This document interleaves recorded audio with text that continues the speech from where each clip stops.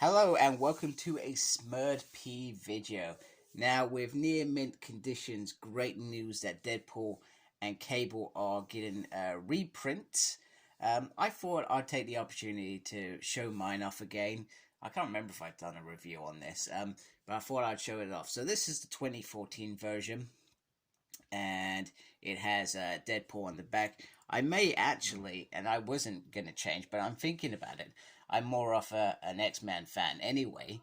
I feel like perhaps maybe I should change it up for the one where they're both running with their guns and stuff. I'm not sure it's the best cover they could have used, but they've used it before on the oversized ultimate versions.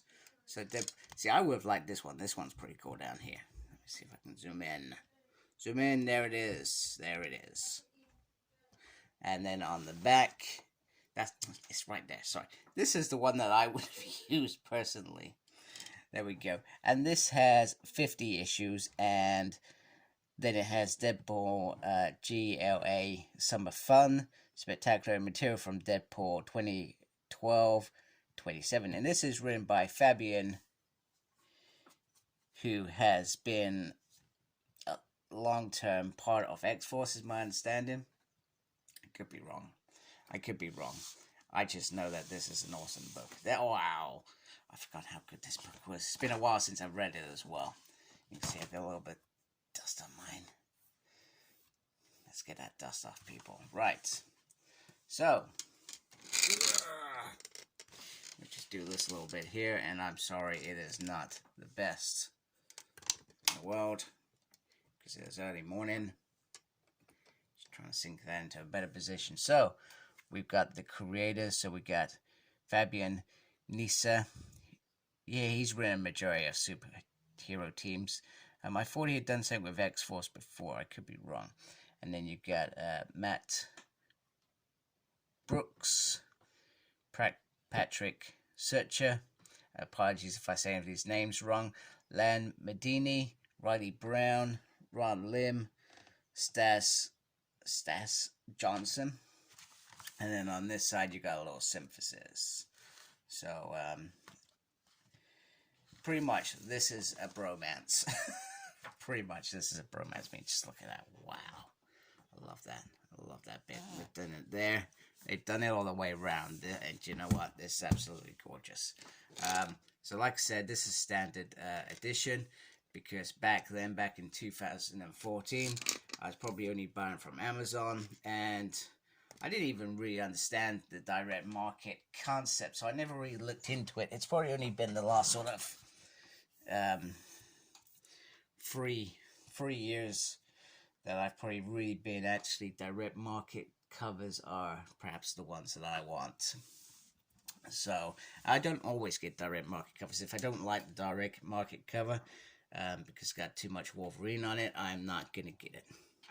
So, like I said, it's been a long time since I've read this, and it was a really fun ride. You got Deadpool trying to achieve some sort of a mission with the island he creates, and getting some sort of telepathy involved, and he sort of ropes Deadpool in and tries to see the best in Deadpool to get Deadpool to make the right decisions, and we get lots of weird things like them melding together. You know, there was some weird stuff in here, but it was absolutely brilliant. We got the church. Is it the Church of the One, maybe? Like I said, it's been a while since I've read it, and he sort of, there's times when Deadpool is Deadpool and he just goes against Cable, but somehow it works out the way that Cable wants it to work out. And then by the end of the book, I feel like it's obviously spoiler. It's not really a spoiler. By the end of the book, they think Cable's dead. He's not really dead.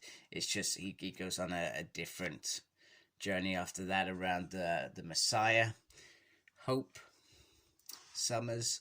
So it sort of changes, etc. So yes, really, really is a weird book. So this is the island that he creates. So he creates a whole island that ends up being destroyed. I'm sorry, I'm trying not to spoil it, but I will spoil it. So don't want any spoilers. Now's the time to stop. There you go. That was your opportunity. So, for example, the Marauders destroy the island. There's conflict with the X-Men. as other countries. I think he ends up taking over a country at one point.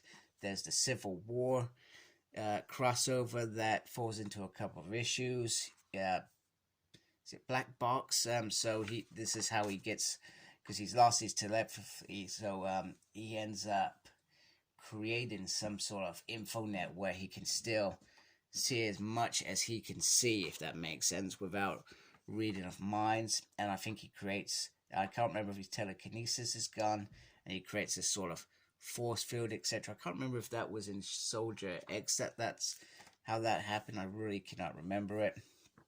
You get lots of great Death Star. He brings up this cast. You get Irie Merriweather. Some of the other guys, I'm not gonna lie, I can't remember all their names, but he makes this this sort of family, which is quite interesting. It's quite interesting. Also, as well, during this run, you get Cable in, I think it's Mike Carey's X-Men run, which is a great run. I really enjoyed that run, and there's sort of little crossovers with that as well. Baby Cable. There is I'm trying to remember how it comes about. Somehow he ends up being a baby. I can't remember if it's Civil War. And then he slowly grows up over a period until he's old man. Cable, again, you get this Monarch, this fourth wall breaking at the beginning of most issues. And I guess the thing that, did I want to... No, it doesn't say it. So I always thought, and I could be wrong, the title is actually called Cable and Deadpool. I could be wrong, and those that know that I'm wrong, tell me I'm wrong. Tell me I'm right. I always thought it was Cable and Deadpool, because I'm trying to get to the point here, and they reverted back to Deadpool and Cable because Deadpool was a more popular character at this point in time. I don't think the films had been released then, but he was a very popular character at this point in time in terms of comics. So releasing it Deadpool and Cable from a marketing sense made it made sense. But I was hoping on the re-release they would revert back, etc. But they haven't.